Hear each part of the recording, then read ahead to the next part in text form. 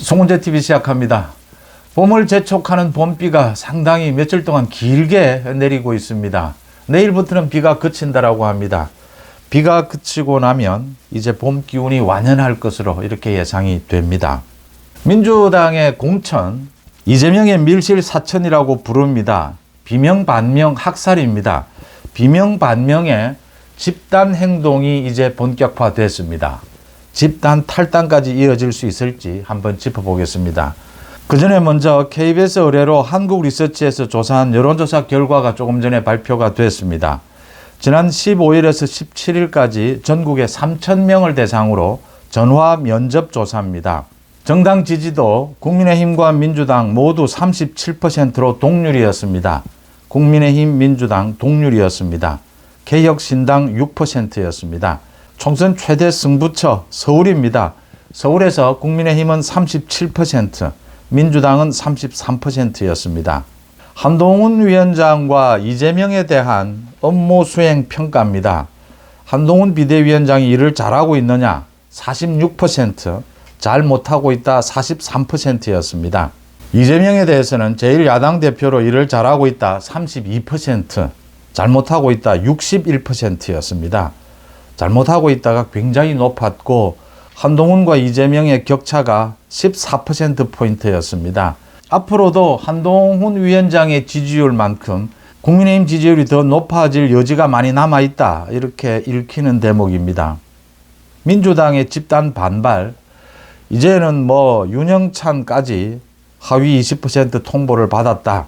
이 현역 의원 평가 하위 20%, 이 통보가 계속 이어지고 있습니다. 23일까지 모두 통보하겠다고 합니다.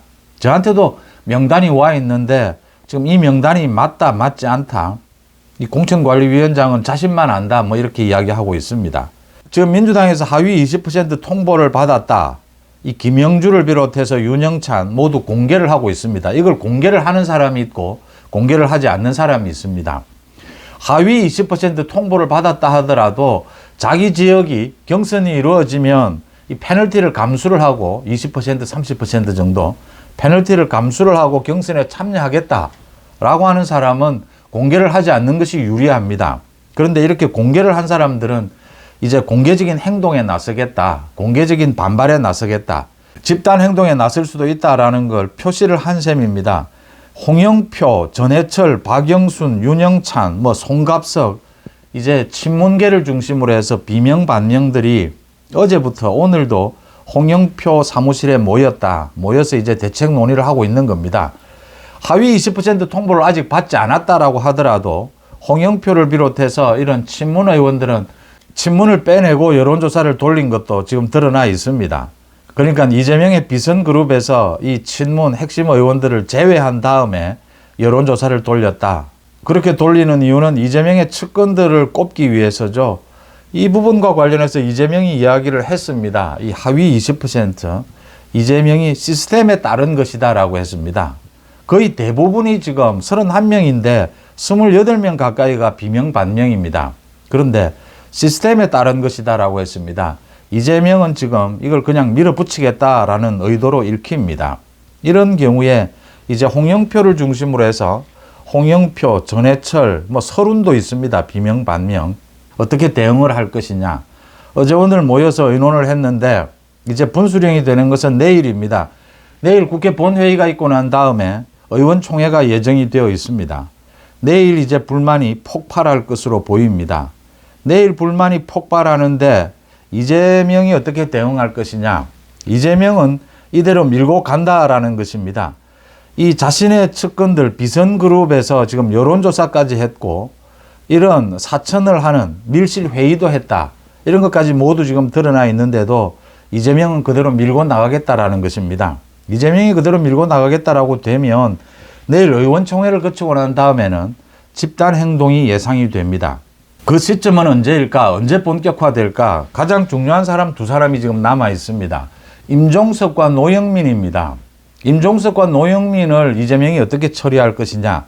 지금으로 봐서는 임종석, 노영민도 불출마를 종용할 가능성이 높습니다.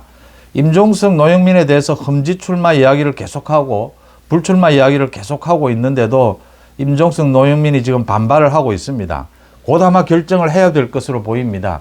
임종석, 노영민에 대해서 이재명이 확실하게 이제 배제한다, 컷오프 시킨다라는 걸로 이 확실해지면 친문을 중심으로 해서 비명반명의 집단 탈당이 이어지지 않겠느냐, 집단 행동에 나설 것이다, 이렇게 보입니다. 이게 지금 이준석과 갈라선 이낙연과 합칠 것이냐, 이낙연 쪽으로 합류를 할 것이냐, 아니면 지금 이낙연과 다시 관계 정립을 통해서 다시 새로운 당을 창당할 것이냐, 이런 문제도 앞으로 계속 논의될 것으로 이렇게 예상이 됩니다. 반면에 지금 국민의힘도 컷오프가 예정이 되어 있습니다. 숫자는 뭐 그렇게 많지가 않습니다. 7명 정도 아니겠느냐, 지금 이렇게 추측이 되고 있는데, 오늘 한동훈 위원장이 이 결정을 했습니다. 컷오프 발표를 하지 않고 개인적으로 통보를 하는데, 통보를 하지 않고 경선을 치른 다음에 경선 면접을 하고 난 다음에 발표를 한다, 이렇게 정했습니다. 국민의힘으로서는 지금 안정적인 공천 기조를 그대로 유지를 한다. 지금 민주당이 언제 저 쌍특검법 저걸 재의결하자라고 들고 나올지도 모르고 탈당의 우려도 뭐 있는 것이 사실입니다. 그래서 국민의힘은 가장 안정적인 방법으로, 일단 뭐 국민의힘은 현역 의원 숫자가 적습니다. 그래서 민주당은 지금 뭐 31명 이러는데 국민의힘은 10% 컷오프만 발표를 한다라는 것이었고, 또 7명 수준입니다.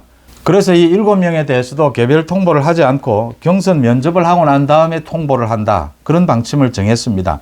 적절하다, 이렇게 보입니다. 지금 민주당이 완전히 공천 내전을 겪고 있기 때문에 이럴 때일수록 국민의힘은 좀 안정적인 모습을 보여줄 필요가 있다. 거기에다가 좀 더 나아간다면 수도권을 중심으로 해서 새로운 인물을 좀 더 발굴을 해야 된다, 뭐 이런 것들이 숙제로 남아 있습니다.